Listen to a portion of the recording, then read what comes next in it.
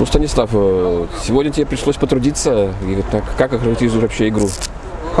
Ну, была тяжелая игра достаточно, то есть команда наша была под нагрузкой, плюс я считаю, что в первом тайме мы не вошли в игру, то есть было тяжеловато. Ну, в каких-то моментах выручил, вот гол получил, один не спас все-таки.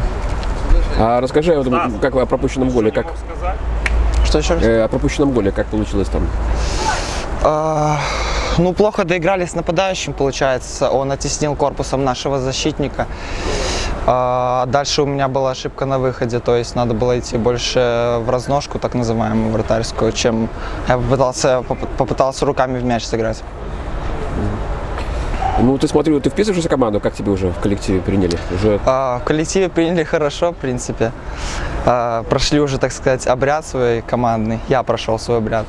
Но конкуренция все-таки есть, то есть никто заранее себе место не выбил, так что будем конкурировать, будем смотреть, кто будет играть.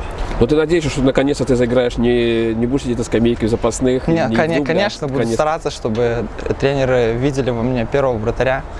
То есть надо это доказывать как в товарищеских матчах, так и на тренировках. Но пока они тебе доверяют. Ну, вот и товарищеские матчи. Все от тебя зависит. Спасибо. Ну, желаем удачи. Спасибо. Спасибо.